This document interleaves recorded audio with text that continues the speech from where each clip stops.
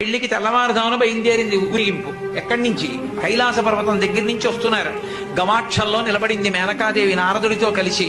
ఒక్కొక్కళ్ళు వస్తున్నారు. అబ్బా వెలిగిపోతున్నాడు, ఆయనేనా మా అల్లుడంది. కాదమ్మా, సూర్యుడు దిక్పాలకుల్లో ఉన్నాడు. ఆ వెనకొస్తున్నాడు. ఎవరో బాబాయ్ నల్లగా ఉన్నాడు దున్నపోతు మీద, ఆయన ఎవరా?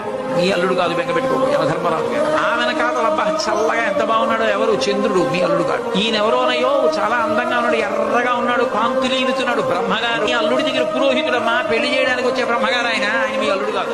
ఓ అలాగా, ఇతనెవరో నీలమేఘశ్యాముడు, చాలా అందంగా ఉన్నాడు, శాంతాకారం భుజగచైనం పద్మనాభం సురీశం. అమ్మా, ఆయనకి మీ అల్లుడికి భేదం చెప్పకూడదు, కానీ ప్రస్తుతం మీ అల్లుడు కాదు. ఆయన వెళ్ళిపోయాడు. ప్రదోష వేళ అయిపోయింది, రాడు. వెడుతూనే ఉంది ఊరేగింపు. వస్తున్నారు మగపెళ్లి వారు. అలా ఆఖరికి ఒక ఆయన వచ్చాడు. చుట్టూ భూత ప్రేత పిశాచాలున్నాయి, ప్రపదగణాలున్నాయి. మధ్యలో దిగంబరంగా తాండవం చేస్తూ వస్తున్నాడు. అడగలేదు మేనకాదేవి ఆయన అల్లుడా అని. నారదుడే చెప్పాడు, ఆయనే మీ అల్లుడమ్మా అని మెట్లు దిగి వెళ్ళిపోయాడు. ఈవిడ గబగబా మెట్లు దిగి తిన్నగా పార్వతీ దగ్గరికి వెళ్ళింది. నిన్ను చంపి నేను చచ్చిపోతా, వాడా దొరికాడు నీకు భర్త, తపస్సోట అడలుడేమిటే.